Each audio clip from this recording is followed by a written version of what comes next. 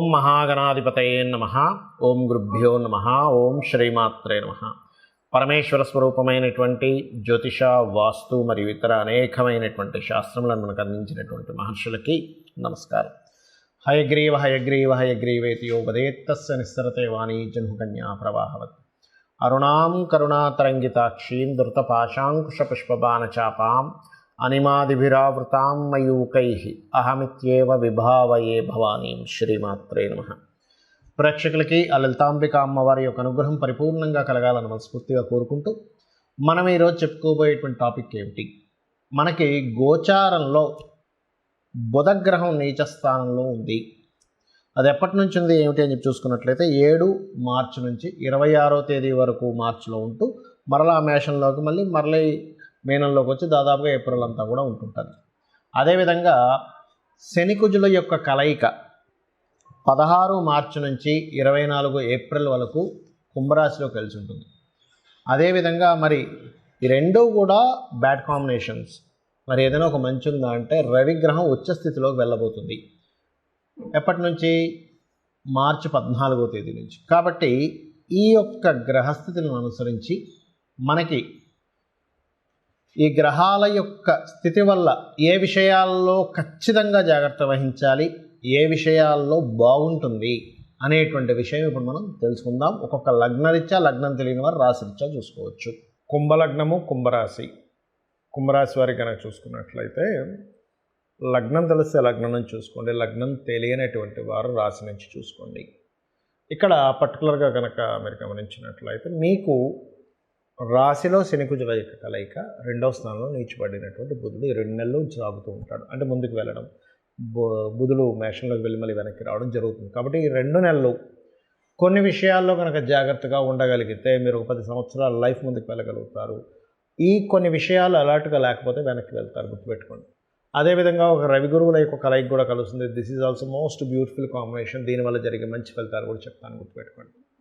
ఇక్కడ పర్టికులర్గా మీరు ఎప్పుడైతే గుర్తుపెట్టుకోండి రాశిలో శనికుజులు కలుస్తున్నారో, 2వ స్థానంలో బుధుడు ఉన్నాడు నీచబడి, పర్టికులర్గా మీరు పూర్వీకుల తోటలు, ఆస్తులకు సంబంధించిన విషయంలో కుంభరాశి వారు, మరియు షేర్ మార్కెటింగ్ రిలేటెడ్ సంబంధించిన విషయాల్లో, సంతానానికి ధనాన్ని వెచ్చించే విషయంలో, లేదా సంతానానికి మీకు ఉన్నటువంటి ఫైనాన్స్ రిలేటెడ్ మ్యాటర్స్, లేదా ఫ్రెండ్స్తో మీరు జరిపేటువంటి ఫైనాన్స్ రిలేటెడ్ మ్యాటర్స్ విషయంలో, కమ్యూనికేషన్స్ విషయంలో చాలా జాగ్రత్తగా ఉండాలి కుంభరాశి వారు.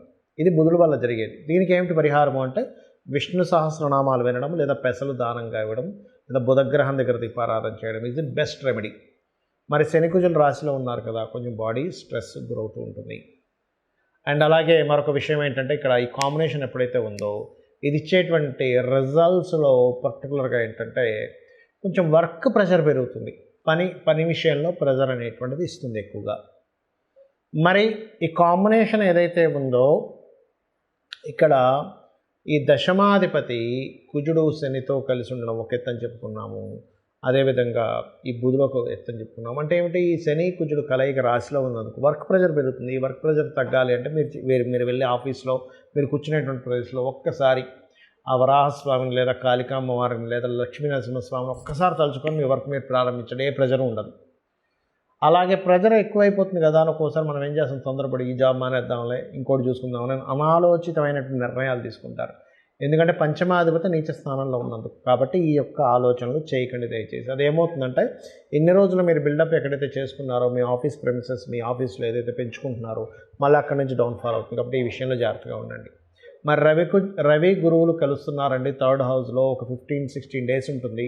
ఇట్స్ గుడ్ కాంబినేషన్ అంటున్నారు. దానివల్ల ఏమిటి అంటే ఈ ఏప్రిల్ 14వ తేదీ నుంచి మే 1 వరకు రవి గురువులు కలిసి ఉంటున్నారు. ఈ 16 రోజులు 17 రోజులు దాదాపుగా. దీనివల్ల ఏమిటి అంటే ఈ కాంబినేషన్ ఇక్కడ మీరు చేసేటువంటి సాహసం కానివ్వండి, ధైర్యం కానివ్వండి, వ్యక్తుల్ని కలవడం కానివ్వండి, ఇవన్నీ కూడా మీకు లైఫ్లో ఒక ప్రోగ్రెస్ని ఇవ్వడానికి తోడ్పడతాయి. ఏప్రిల్ 14 నుంచి మే 1 వరకు ఉన్నటువంటి కాంబినేషన్. మరి మీరు చేయవలసిన దేవతా ఆరాధన ఏమిటి?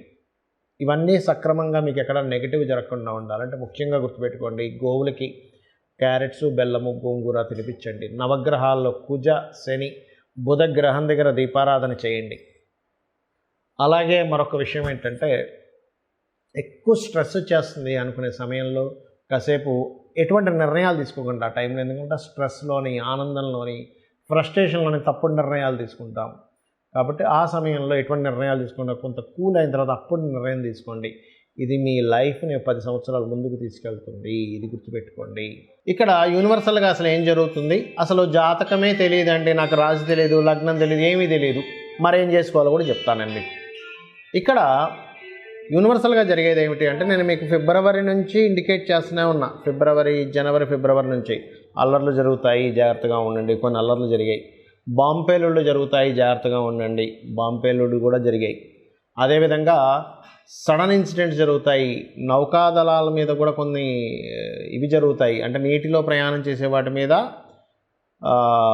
సడన్గా అటాక్స్ జరుగుతాయని చెప్పాను ఛానల్స్లో. అంటే అదేదో నా గొప్పతనం కాదండి, 1% కూడా నా గొప్పతనం కాదు. మహర్షులు మనకు అందించిన గొప్ప విజ్ఞానం అని చెప్తున్నా. ఇదంతా కూడా ఇదేదో మనం ఏదో చదివేసుకున్నాం ఆస్ట్రాలజీ, అందుకే నేను గొప్పగా చెప్పేశాను, ఇదంతా తప్పు. నా అలా అనుకుంటే కంప్లీట్గా సరస్వతీదేవికి మనం, సరస్వతి అమ్మవారు మనకు అనుగ్రహించి ఇచ్చింది అనేటువంటిది మనం అర్థం చేసుకోవాలి. ఆ మహర్షులు గొప్పతనం అర్థం చేసుకోవాలి. వాళ్ళ పాదధూళి యొక్క అనుగ్రహం ఉంటే మనం ఈ మాత్రం ఏదో చెప్పగలం అనేది మనం అర్థం చేసుకోవాలి. అయితే ఇక్కడ నేను చెప్పేది ఒకటే, ఇదంతా ఎందుకు చెప్తున్నా అంటే ఇంకా ఉందండి. ఈ శని కుజుల కలయిక ఉంది, బుధుడు ఉన్నాడు. ఈ బుధుడు యూనివర్సల్గా ఏం చేస్తాడంటే, ఈ 2 నెలల్లో కూడా షేర్ మార్కెట్లో సడన్ అప్ అండ్ డౌన్స్ ఇస్తాడు. షేర్ మార్కెట్ గురించి బాగా తెలిసిన వాళ్ళు దీన్ని డబ్బు చేసుకునే వాళ్ళు ఉంటారు. షేర్ మార్కెట్ సరిగ్గా తెలియని వాళ్ళకి పరిస్థితి ఏమిటి అంటే, దీనివల్ల నష్టపోతారు. అంటే బాగా అనుభవం ఉన్న వాళ్ళు చూడండి, ఇప్పుడు మార్కెట్ ఉంది, ఈ పలానా సమయాల్లో రేట్లు తగ్గుతాయి కానీ ఒక నెల పోతే బాగా పెరుగుతాయని ఒక అంచనా ఉన్నవాడు ఏం చేస్తాడు, ఇప్పుడు కొనిపెట్టేసారా, నాకు తెలుసు 30 సంవత్సరాల ఎక్స్పీరియన్స్ ఉందంటాడు, కొంటాడు, పక్కన పెడతాడు, టక్కన రైజ్ అవుతుంది, అమ్ముతాడు, అప్పుడు బాగా డబ్బులు వస్తాయి. అలా ఏంటంటే షేర్ మార్కెట్లో విపరీతమైన ఫ్లక్చువేషన్స్ ఈ బుధుడు ఇవ్వనున్నాడు, చాలా జాగ్రత్తగా ఉండండి. ఇది అద్భుతమైన ధనయోగాన్ని ఇస్తుంది, అద్భుతంగా లోపలికి తీసుకెళ్ళిపోతుంది. సో ఫ్లక్చువేషన్ విపరీతంగా ఉండేటువంటి సమయం ఇది. ఇక రెండవది, ఇక్కడ రవి శనిని, కుజుణ్ణి, రాహుని దాటుకుంటూ తిరుగుతున్నాడు ఆయన. అసలు రాజకీయాల్లో మీరు మనకి స్వాతంత్రం వచ్చినప్పటి నుంచి ఇప్పటి వరకు చూడనటువంటి డిఫరెంట్ కోణాలు జరుగుతాయి దీనివల్ల. నేను ఇది ఫిబ్రవరి నుంచి చెప్పుకుంటూ వస్తున్నా. మరలా ఎందుకు గుర్తు చేస్తున్నా అంటే, గ్రహాల యొక్క ప్రభావం ఎలా ఉంది, ఎందుకు చెప్తున్నానంటే ఈ మాట, చాలామంది తెలియక ఈ రాజకీయ సంబంధించిన వాటి మీద కూడా బెట్టింగ్స్ కాస్తుంటారు. దయచేసి వాటి జోలికి వెళ్ళకండి. ఎందుకంటే బెట్టింగ్ రిలేటెడ్ సంబంధించినంత బుధుడు కారకత్వం, ఆయన నీచబడ్డాడు అంటే అయిపోయింది. కాబట్టి ఈ విషయాన్ని గుర్తుపెట్టుకోండి. అలాగే మరి రాశి నక్షత్రం తెలియని వారు ఏం చేయాలో అని చెప్తా అన్న. ఏమిటది అంటే, శని కుజులు కలయిక ఉండడం వల్ల చేసే జాబ్లో, చేసే ప్రతి జాబ్ దగ్గర ఏదో ఒక తెలియని ఒక ఘర్షణ, మార్పులు జరుగుతూ ఉంటాయి. Because of Saturn is the working nature and worker అనుకుంటే, కుజుడు ఈజ్ ఫైటింగ్. ఈ కలయిక ఉంది ఇక్కడ. అలాగే ప్రతి బిజినెస్లోని ఏదో తెలియని ఒక స్ట్రెస్ ఉంటుంది. కానీ ఈ స్ట్రెస్లు, ఈ బిజినెస్లో, ఎందుకంటే బిజినెస్ కారకుడు అయినటువంటి బుధుడు నీచ స్థానంలో ఉంటున్నాడు. కానీ ఈ కాంబినేషన్ ఏదైతే ఉందో గుర్తుపెట్టుకోండి, దీన్ని అర్థం చేసుకుంటూ ముందుకు వెళ్ళగలిగారా సూపర్గా ఉంటుంది.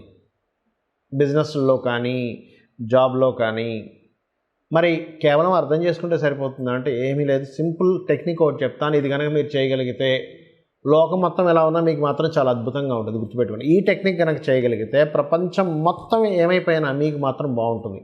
అదేమిటో చెప్తాను చూడండి. మీకు దగ్గరలో గోశాల ఉందండి, సింపుల్గా ఏం లేదు, పిడికెడు బెల్లము, క్యారెట్లు, ఆ కూరల్లో సింపుల్గా గోంగూర కట్ట చక్కగా కట్ చేసి ఆ గోవు దగ్గరికి వెళ్ళి, దేశీవాలి గోవు, సాక్షాత్ అమ్మవారి గోవు రూపంలో ఉందని భావించండి. అమ్మవారి రూపంలో ఉంది, అమ్మవారికి నేను తినిపిస్తున్నాను, నా అదృష్టం ఏంటనుకొని భావిస్తూ భక్తితో తినిపించండి. మీరే చూస్తారు పెద్ద ఆపద ఏదైతుందో ఆగిపోతుంది అక్కడికి. అమ్మవారి అనుగ్రహం ఉంటే ఆపద గీపద ఏమీ లేదు, అమ్మవారే చూసుకుంటుంది. ఆ రకంగా మీకు ఆ సపోర్ట్ అనేటువంటిది లభిస్తుంది. అయితే ఇక్కడ ఇంకొక విషయం చెప్పి మీకు ఒక క్లారిటీ ఇస్తా. ఏమిటది అంటే, మీ జన్మజాతకంలో గనక నీచగ్రహాలు బలంగా ఉన్నాయి, ఇబ్బందికరమైనటువంటి వాళ్ళకి మాత్రమే ఎక్కువ ఎఫెక్ట్ ఉంటుంది. కానీ జన్మజాతకంలో విపరీత రాజయోగాలున్నా, విపరీత ధనయోగాలున్నా, భగవత్ అనుగ్రహము అంటారు. అంటే గురుగ్రహం గనక రాశిని చూస్తున్నా, లగ్నాన్ని చూస్తున్నా, జన్మజాతకంలో గురువు యొక్క అనుగ్రహం బలంగా ఉన్నా ఏమీ అవ్వదు. ఎలా అంటే ఒక బుల్లెట్ ప్రూఫ్ వేసుకునే వ్యక్తి ఈ బుల్లెట్ తగిలితే ఏమవుతుంది, అదొక బుల్లెట్ ప్రూఫ్ లాగా పనిచేస్తూ ఉంటుంది. అయితే ఇక్కడ మీకు అనిపించవచ్చు, ఏమండి మరి నాకు గురుబలం ఉందో లేదో నాకు తెలియదు, నాకు జాతకం లేదు, మరి ఏం చేయాలి? సింపుల్గా ఒకటే గుర్తుపెట్టుకోండి, గురుబలము రావాలి, మనం రక్షింపబడగలగాలి అంటే ఒకటి మీ గురువుని తలుచుకోండి. మీకు చిన్నప్పుడు స్కూల్లో టీచర్ ఏదైనా విద్య మీకు నేర్పించిన వ్యక్తిని గురువుని తలుచుకోండి. లేదా దత్తాత్రేయుడిని, జై గురుదత్త, శ్రీ గురుదత్త అనుకోండి, గురుబలం వచ్చేస్తుంది. రెండవది, శివాలయానికి వెళ్ళి చక్కగా పసుపు గంధము కలిపిన నీటితో అభిషేకం చేయండి. లేదా చందనం రాయండి, చక్కగా గురుబలం ఖచ్చితంగా పెరిగి తీరుతుంది. పరోపకారం చేయండి. అంటే ఏమిటి? ఎవరికైనా ఏదైనా అన్నమో వస్త్రమో ఏదో ఒకటి దానం చేయండి. ఎందుకంటే దానం చేస్తే గురుబలం ఎలా పెరుగుతుంది అంటే, ఒక మంచి పని ఎవరికైనా సహాయం చేయడం ఈజ్ ఆల్సో గురువే. ఎందుకు? మీరు వాళ్ళు ఇబ్బందిలో ఉన్నారు, అబ్బాయి ఎలారా నాయన నా ఫుడ్ అనుకున్నాం, ఒక వ్యక్తి వచ్చి వాళ్ళకి సపోర్ట్ చేస్తారు, దట్ ఈజ్ ఆల్సో మీరు వాళ్ళు ఇబ్బందిలో ఉన్నారు, వాళ్ళకి ఇబ్బందిలో ఉన్న వాడికి నేను హెల్ప్ చేస్తున్నా, గురుతత్వం వచ్చేసింది అక్కడ. కాబట్టి ఎవరు ఏ ఇబ్బందులో ఉన్నా చిన్నపాటి హెల్ప్, మీకు తోచిన హెల్ప్ చేయండి, ఇది కూడా గురుబలంగా మారుతుంది. ఈ రకంగా మీరు చేయగలిగితే మీ జన్మజాతకంలో ఎటువంటి దోషాలున్నా, మీకు గోచారం అనుకూలిస్తున్నా అనుకూలించకపోయినా ఇది చేయండి. ఇంకొక విషయం చెప్తాను, పొరపాటును కూడా ఈ బుధుడు నీచంలో ఉన్నప్పుడు, ఈ శనికుజులు ఈ కాంబినేషన్లో ఉన్నప్పుడు తెలియకుండా మనం ఏం చేస్తామంటే ఉత్తరం వైపు కొన్ని దోషాలు చేస్తాం. అంటే తీసుకెళ్ళి, అంటే దాని ఎఫెక్ట్ పెరగడానికి వస్తువులన్నీ తీసుకెళ్ళి ఉత్తరంలో పెడతాం, బరువులు పెంచుతాం. పడమరలో తెలియకుండానే పడమరలో కొన్ని దోషాలు చేస్తుంటాం. అంటే ఏంటి? పడమర పెంచేసేటువంటిది, లేదా పడమరలో పెద్ద బాల్కనీ తయారు చేసుకోవడము, పడమరలో ఉన్నవన్నీ ఓపెన్ చేయడము, అంటే పడమర నుంచి ఎక్కువ వెళ్తురు వచ్చేలా కూడా చేస్తుంటాం తెలియకుండా. ఎందుకు అంటే దీని ఎఫెక్ట్ ఇవ్వడానికి వాస్తుని కూడా వాడుకుంటుంది అది గ్రహం. అంటే ప్రకృతి అలా వాడుతూ ఉంటుంది. ఒక వ్యక్తికి ఒక మంచి చేయాలన్నా, ఒక ఇబ్బంది ఇవ్వాలన్నా, దీన్ని అర్థం చేసుకొని ఈ రకంగా మీరు తెలుసుకొని ఆ అమ్మవారి యొక్క అనుగ్రహం పరిపూర్ణంగా పొందాలని మనస్ఫూర్తిగా కోరుకుంటూ శ్రీమాత్రే నమః.